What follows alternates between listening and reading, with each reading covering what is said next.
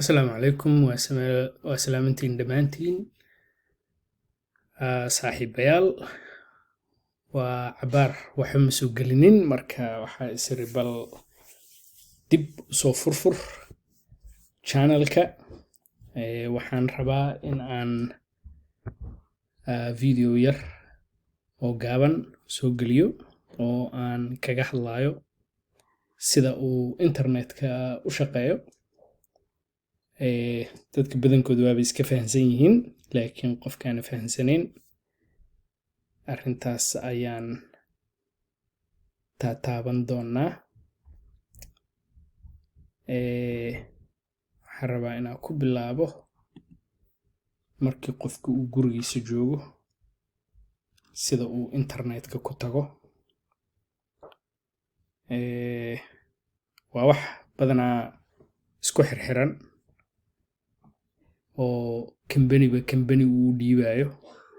ilaa marka dambe uu gaaro qofka ama kambaniga iska leh saabarka uu qofka u socdo tusaale qofka hadduu rabo inuu aado YouTube ama Facebook badanaa waxay ku dhex jiraan saabar dhex yaalo data center saabarkaas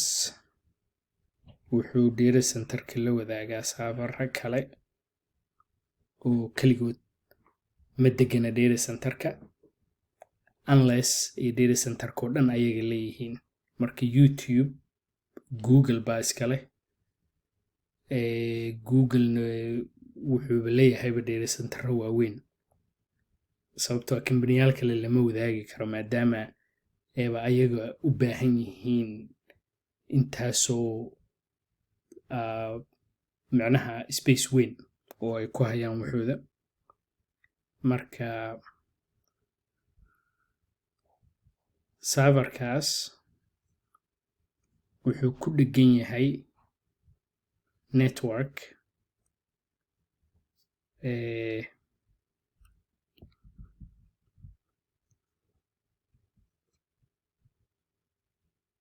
networkgaas waxaa iska leh badanaa dad la yiraahdo service providerka waxaa waaye dadka laga soo gashto internetka sababtoo ah data center ay leeyihiin laakiin weli ayaga xataa inay internet soo gashtaan waayo oo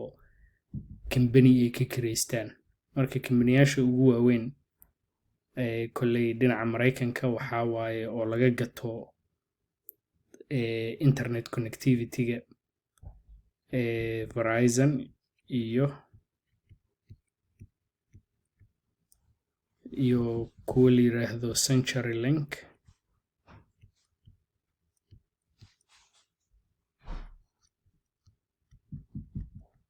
oo la baxay Lumen hadda baryahan dambe iyo AT&T marka kuwaas ay ka gadanayaan internetka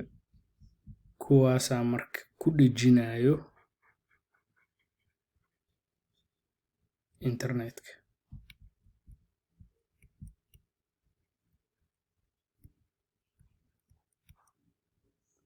markaas qofka gurigiisa joogana isagana internet uu u baahan yahay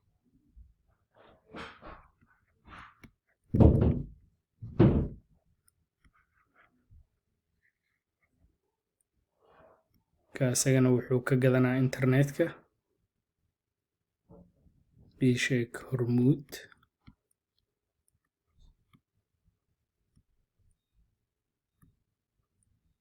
ama Safaricom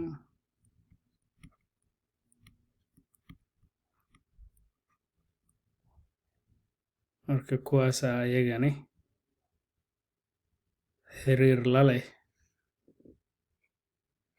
internetka marka dadkan dhan waxa ka dhaxeeyo oo isku xiraya kambaniyaashan oo dhan hormuud ilaa iyo Google waa protocol la yiraahdo BGP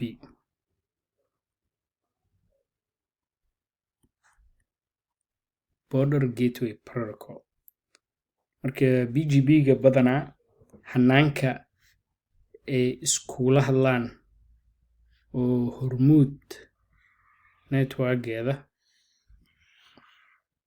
uu ula hadlayo internetka waa si la isku afgarta waaye.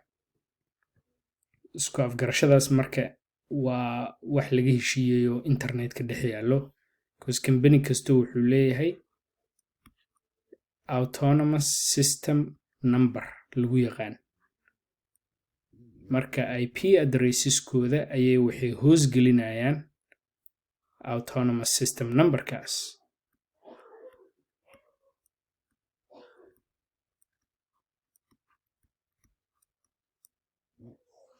Marka internetka waa ka fiirin kartaa sida macnaha autonomous system numberkaas lagu kala bedesho. Google keeda iyo wadamada dhanba sidii ku kala bedeshaan waa soo ogaan kartaa. Marka wadan kasto hanaan baa jiro uu u daabaco autonomous system numberska kambaniyasha dhex degan wadankaas. Marka hadda waxaan waa internet exchange report. Internet exchange reportka waxaa waaye kambani kasto meeshuu kala hadlaayo kambaniga kale oo ay ku kala bedelanayaan. Mithaal kuwan hadda waa Germany ay ku yaalaan DESIX Frankfurt. Kambaniyaal badanaa marka halkaas qalabkooda ee iskala hadlayaan oo ay ku kala bedelanayaan internetka. Marka haddaa Soomaaliya ka fiirino internet exchange malaha Soomaaliya. I think kan ugu dhowaa ama Djibouti ama Kenya. So waa kana Djibouti mid ku yaalo ama Kenya Mombasa. Marka qolo kasta marka waxay daabacaysaa IP addresska ay ayada heeso oo ay rabto inay adduunka u sheegto. Marka waxaa fiirin kartaa wax la yiraahdo peer report, IPv4 addressyada oo IPv Internet Protocol version 4 ka ah iyo wadanna waa u fiirin kartaa. Marka PGP prefix report hadda waa kana wadanka ugu badan ee prefixes ka soo dirayo waa Mareykanka because kambaniyasha ugu badan ee internet ku xiran Mareykanka ay joogaan. Wuxuu soo dirayaa marka waa ujeedaa autonomous system numbers 20,885 ayuu soo dirayaa. Marka haddaan ka fiirino Soomaaliya intay soo dirayso, Soomaaliya waxay soo diraysaa 20 sheeg autonomous system numbers iyo prefixeskana Soomaaliya waxay soo diraysaa 134 address. Marka addresseskaas marka waa sii raadin kartaa dadka iska leh. Waxaa ka fiirin kartaa networks prefixes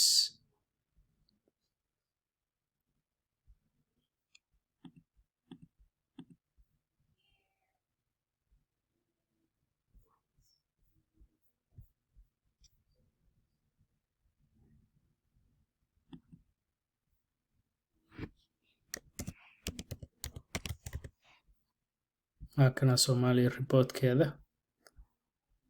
Marka kuwa ugu badan ay soo diraayo waxay ka imaanaysaa Hormuud, and then waxaa ku xigta Somtel, and then waxaa ku xigta Dalcom. Marka haddaa rabtid autonomous systemka Hormuud addressyada ku hoos jiro waa 18 route,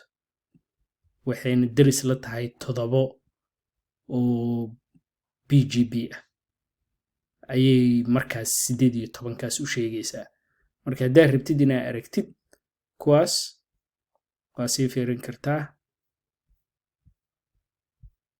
prefixes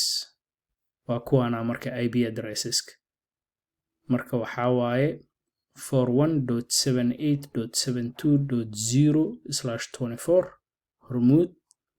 and then marka inta waxaa ku hoos jirto 254 address waa fiirin kartaa inta address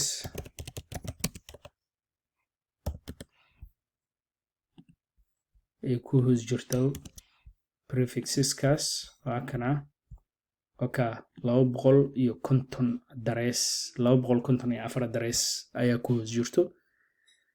and then haddana 4178.73.0/24 asagana 254 kale .74.0 marka waxaan dhan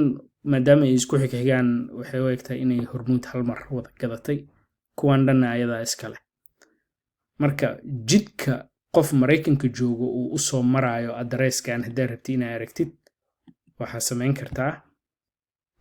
waxaa dhihi kartaa trace route and then addresska gelinaysaa marka jidku ku tusaa uu marayo mahaysti trace route inaa install garayo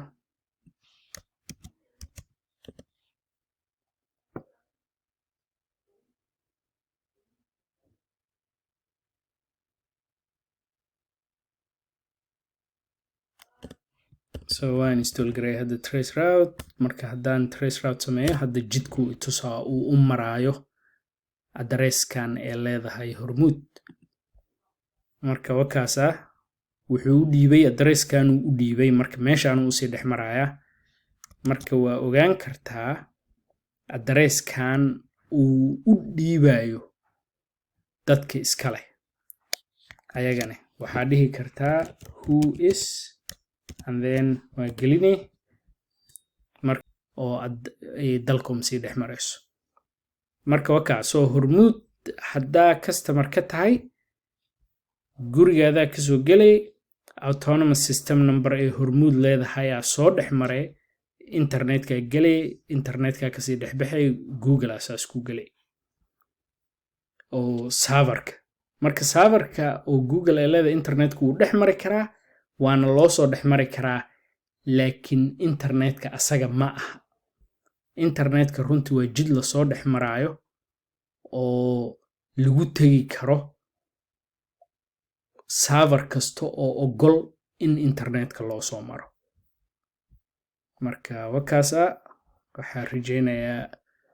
inay intaas faa'iido u tahay qofkii ka faa'iideysan karo waa mahadsantiin. Assalaamu calaykum.